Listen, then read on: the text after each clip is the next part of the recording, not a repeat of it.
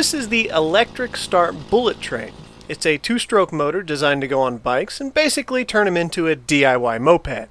In this video, I'll be comparing this to simpler, more generic kits with its pros and cons, as well as any hiccups I ran into during the installation process. As many of you already know, these two-stroke kits for bikes can be pretty hit and miss. It really doesn't matter who they come from. Some can run great for a long time, and others can take a dump right out the box. The lottery of whether or not yours will last for a long time not only depends on the quality of the motor, but the experience of the builder. So today I'll be sharing with you my experience, for whatever it's worth. If you have patience and determination, feel free to build whatever you want for your first motorized bike kit, but if you ask me, the Electric Start BT80 is not a new builder friendly kit, so I wouldn't recommend using it for your first build. There are many aspects of bike preparation, installation, and maintenance that can be overwhelming to new builders, so if you try to compound the bullet train on top of that, or at least the Electric Start version, you might get overwhelmed. So moving forward in this video, I'm going to assume that the majority of viewers are either here just for entertainment or already have some experience building motorized bike two-strokes. And for that reason, I won't be covering every aspect of the build and bike preparation. I'm just going to be primarily focusing on the motor itself as well as its electrical systems.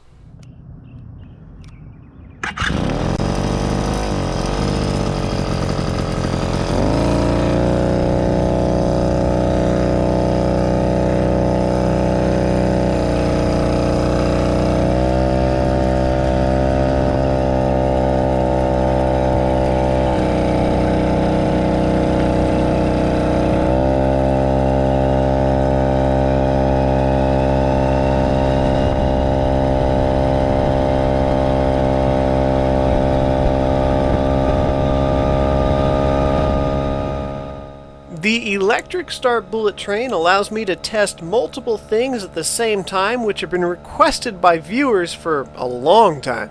Although the system looks pretty modular, with each component just bolting on top of another, I don't think you would be able to convert a generic two-stroke into this entire system, simply because the charging system requires more case real estate on the magneto side than a standard motor. I would also imagine the crankshaft is longer and probably beefier than other motors to accommodate all these extra modules. Of course, without tearing the motor down completely, I wouldn't know, and since this is my first one, I'm not really prepared to do that. The heart of the system, being a standard BT80 power plant, is a motor of which I've heard very good things about, both for reliability and out-of-the-box performance. The centrifugal clutch system is well known for the four-stroke builders, but this is a completely different setup on the two-strokes and has very limited coverage on YouTube, so I've been looking forward to trying this out. Then of course there's the Electric Start module, which is convenient for obvious reasons. A pull start to back up the electric start in case that fails or the battery runs dry. In my opinion, pull starts only to be used in those situations, as these things have a terrible reputation for reliability. And last but definitely not least, the main reason I've personally been looking forward to trying out this kit, the charging system. When it comes to two-stroke motorized bike kits, using the word robust in any situation is a bit of a stretch and requires quite a bit of leniency. Most charging system add-ons are a hack job requiring you to machine your own parts, source your own electronics, and know enough about those electronics to get it to work. And these systems are usually exposed to the element and environment, just not very fun to deal with in my opinion. So having one built into the motor, sealed and protective, is a big bonus. Why is a charging system such a big deal, you might ask? Well, for most riders it's probably not, but if you've ever wanted to put a generic motorcycle lighting kit on your bike, there you go. You don't have to recharge batteries. Now, I can't imagine this charging system puts out very many watts, and I couldn't find any documentation about it on their website, so I assume you would have to go with a full LED setup on your lighting system, but it's still a big bonus in my opinion. Headlights, rear lights, turn signals if you want them for some reason, and even a horn if that floats your boat. Now, to be honest, all that probably sounds a bit overkill for most riders. It's something I have tried in the past and probably not going to try again because it was a bit of a hassle. But one thing I will add is a USB charging port. thanks to the charging system. I can make sure that my cell phone is topped off under long rides, and I'll probably add a head and tail light integrated into the system so I don't have to worry about charging those either. Inevitably, when stuff breaks, I'll end up doing a teardown on this motor to find out exactly what's going on inside each of these modules. But because this is my first motor I'm not too familiar with, I'm not going to tear it down right now. There were a couple of things I noticed while unboxing and installing it that piqued my interest. The internal and external casting of both the top and bottom end look pretty good on this kit compared to what I'm used to seeing. No leftover metal flakes or trash in the bottom end. The top end didn't have any burrs on the ports or junk that I needed to clean out. The piston had some black stains on it that looked like they might have been from packaging material. No big deal here, but I would like to point out that on this kit, the arrow does not point to the exhaust, so don't go by that arrow. It actually points to the intake, at least mine did. The piston ring gaps are on the intake side and the arrow is pointing straight at them. I was happy to see that the wrist pin clips, circlips, snap rings, whatever you call these things, are the improved versions with one ear, not the twins that like to snap off and damage the motor. And in my kit, they even included an extra one. Because this kit uses the centrifugal clutch, it did catch me off guard. It was a bit odd to see no bucking bar near the clutch cover. Obviously not needed for this.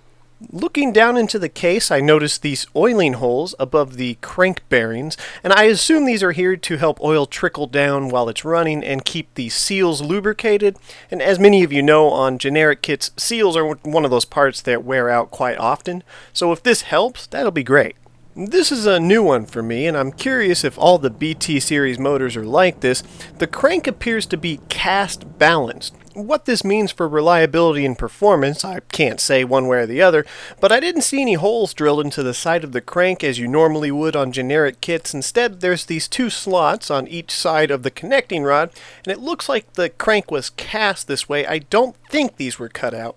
Mounting studs for the case to the frame of the bike are only 6 millimeters, and this is usually something I try to avoid on any kit. However, it uses 4 studs instead of 2 for each mounting point, so I think this will actually make it more secure.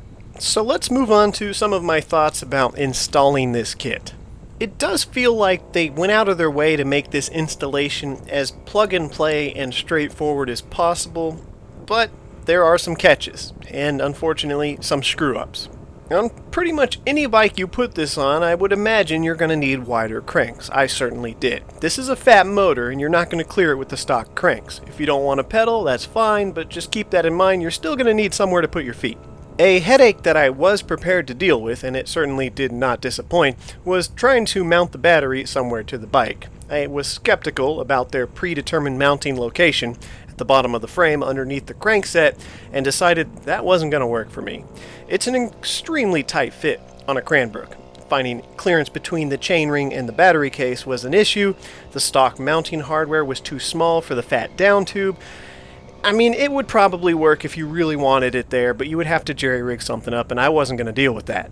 So temporarily, I'm just mounting it underneath the front of the seat. Thanks to the wide crankset, it doesn't get in the way of my legs, and I don't even really notice it's there most of the time. It was kind of a headache to keep it from moving around, but I finally got it locked down. I'll be eventually putting this on a rear rack along with some other electrical components for the front rear tail light and USB charging, and I'll clean it up with a nice bag so it doesn't look out of place. Okay, so let's move on to wiring and the joyful experience I had trying to plug everything in. According to the instructional PDF and Tony's video from BikeBerry, you just plug in all the wires of the same color and connectors, and you're good to go. Well, that's the way it's supposed to be, and I looked closely at the instructional pamphlet and Tony's video, and this is the case in what appears to be most situations. It wasn't for me. The solenoid connector. For some unknown reason on my kit, the solenoid connector was mismatched to what it was supposed to plug into. These don't go together. I don't know why. At first, I was certain that I was missing something, but I pulled out the multimeter and started running down the pathways to find out exactly where this was supposed to plug in, and then I ran into something that really threw me for a loop. You see this red switch on top of the throttle? Most of you recognize it. It's an engine run and kill switch. That's what it's supposed to be. This is literally just here for show.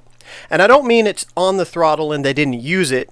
No, I mean this is not an actual switch. it's just a plastic clicky thing because underneath it has no guts. There's no electrical connections, there's no traces, there's no metal. It's nothing. This is just here for show. I have no idea why. And so, because the solenoid, for some reason, has the wrong connector on it, and this switch has no guts, I didn't know what to think of that. And I spent about an hour and a half trying to figure out what was missing. Well, it turns out that instead, they're using the light switch to run and kill the motor. Cool, whatever. When I eventually figured that out and traced the pathways, I just decided to cut off this connector that doesn't plug into anything on the solenoid and solder up the wires with my own connector, and I got it to work that way. Alright, I got my multimeter set up for continuity, and it'll beep anytime it senses a closed circuit. I've got the positive lead on the terminal that will connect to the positive side of the battery, and I've got the negative lead just grounded out on the motor, which is the same as this green wire. It's just grounded to the bottom of the motor.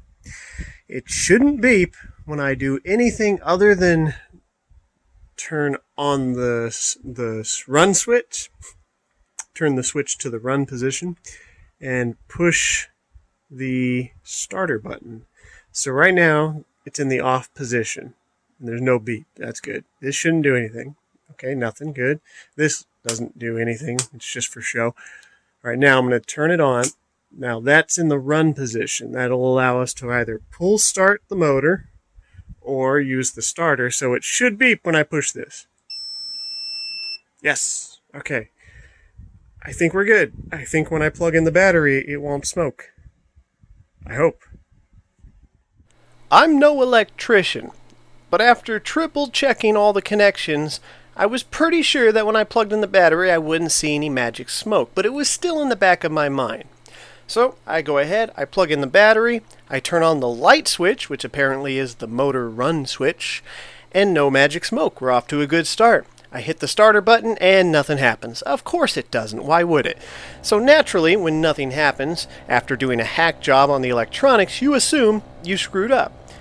I spend another 2 hours rechecking the wiring, scratching my head just to figure out that AutoZone sold me a brand new bad battery. Cool, thanks AutoZone, that's great. So we go back, swap it out for a new one, plug it in, and this happens.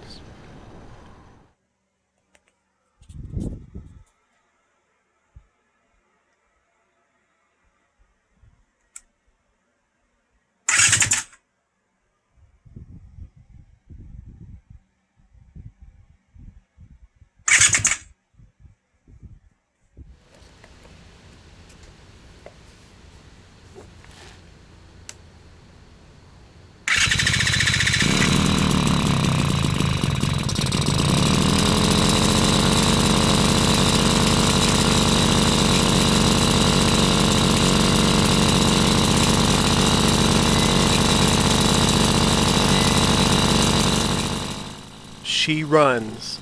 Not only does she run, she fired right up.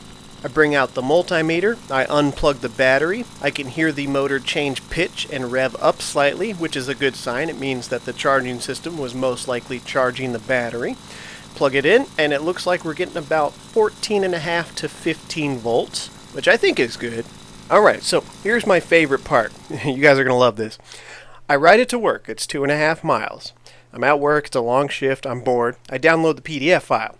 I figured there might be some little touch-up things I need to know about, but they've pretty much covered the entire installation of the kit, the electronic systems, got the bike to the point where it's rideable.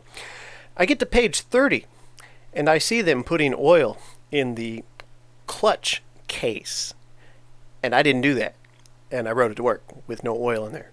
So I'm wondering how important this really is, because I still have to ride it home, which is going to equal a total of 6 miles with no oil on whatever's supposed to have oil on it. So I'm at work finding what tools I can to take off this nut, making a makeshift funnel out of a time card, pouring some chain bar oil down into this funnel in the vague hope that it'll get into this tiny little hole they decided to put on the side of the clutch cover. In total, I think I might have gotten 3 drops of oil into the case. Do you have any idea how difficult it is to put oil in this tiny hole with no venting? It's not easy. I had to use a syringe with a needle and the motor laying flat on its side. And for some reason, they decided in the manual that it's best to put oil in this after you've installed it on the bike, which made no sense. Why couldn't they have just put this on page 1, said, hey, put oil in this before it's on the bike because it'll be a lot easier. They didn't. I don't know why. That's stupid. They shouldn't have done that.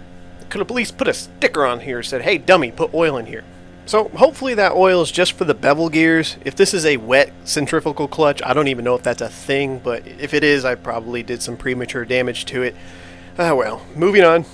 Installation issues, whether minor or severe, are expected on these motorized bike kits, more so on the electric start version.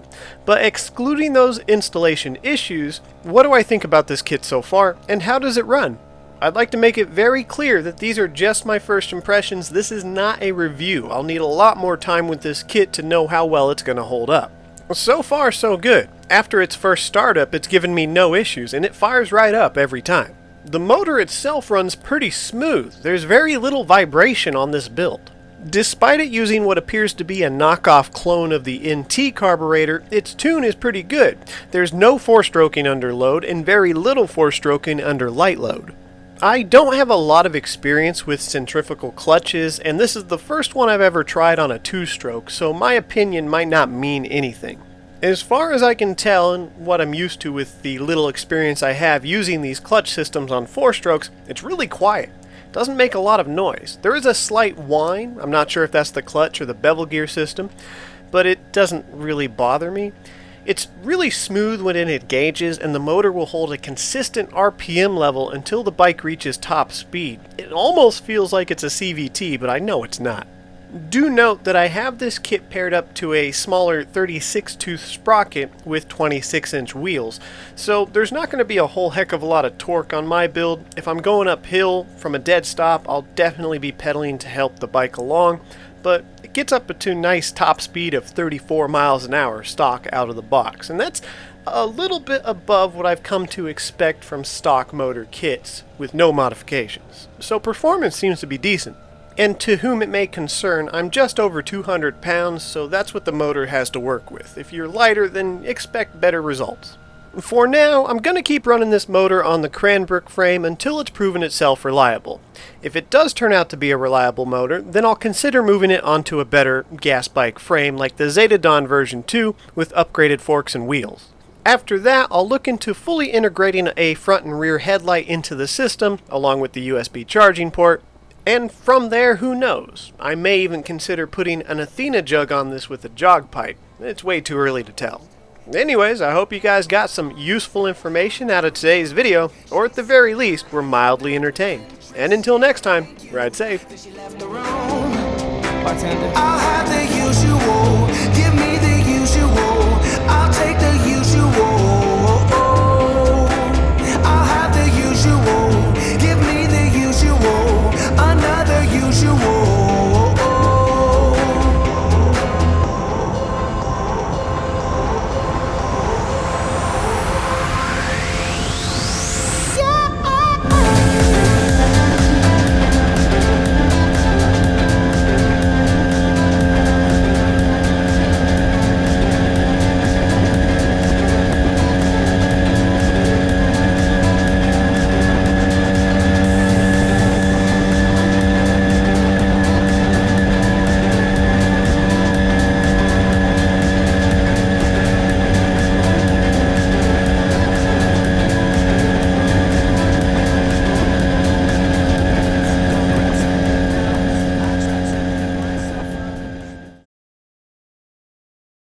What's up, buddy?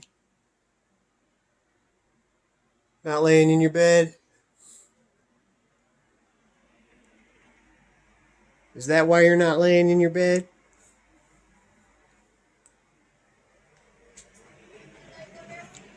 That there is a proper house cat.